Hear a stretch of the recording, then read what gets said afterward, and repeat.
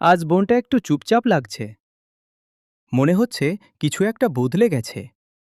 দূরে হালকা পানির শব্দটা আগে শুনিনি। সে ধীরে ধীরে নিচে নামে। র্যাবিট, তুমিও কি ওই শব্দটা শুনেছ?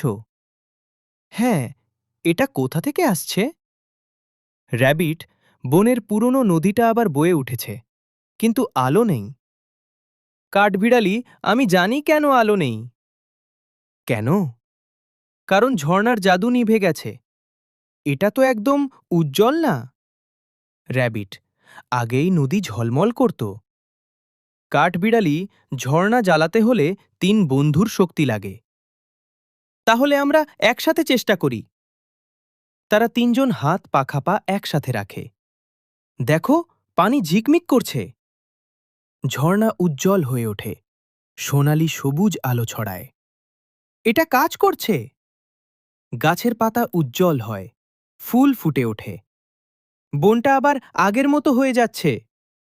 দেখো রংধনু, 3 বন্ধু নদীর পাশে বসে। আজ আমরা বনটাকে বাঁচালাম।